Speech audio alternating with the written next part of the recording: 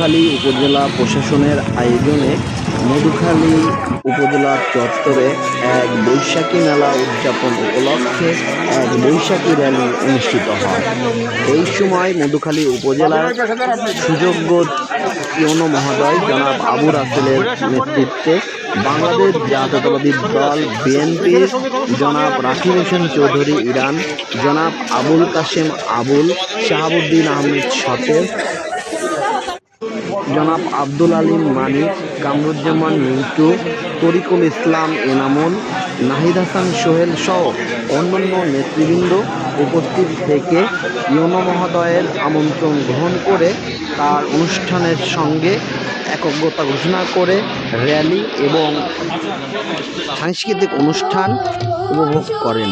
এই সময় স্থানীয় সংগঠন এবং কিশোর কিশোরী ক্লাবের ছাত্রছাত্রীরা মুক্ত মঞ্চে সঙ্গীত পরিবেশন করেন।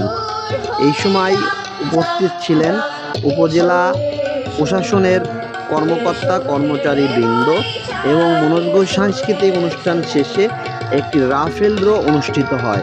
রাফেল ড্রতে 100টি পুরস্কার দেওয়া হয়। বিভিন্ন বাঙালি লোকজ সংস্কৃতির আদলে অনুষ্ঠানটি অনুষ্ঠিত হয়।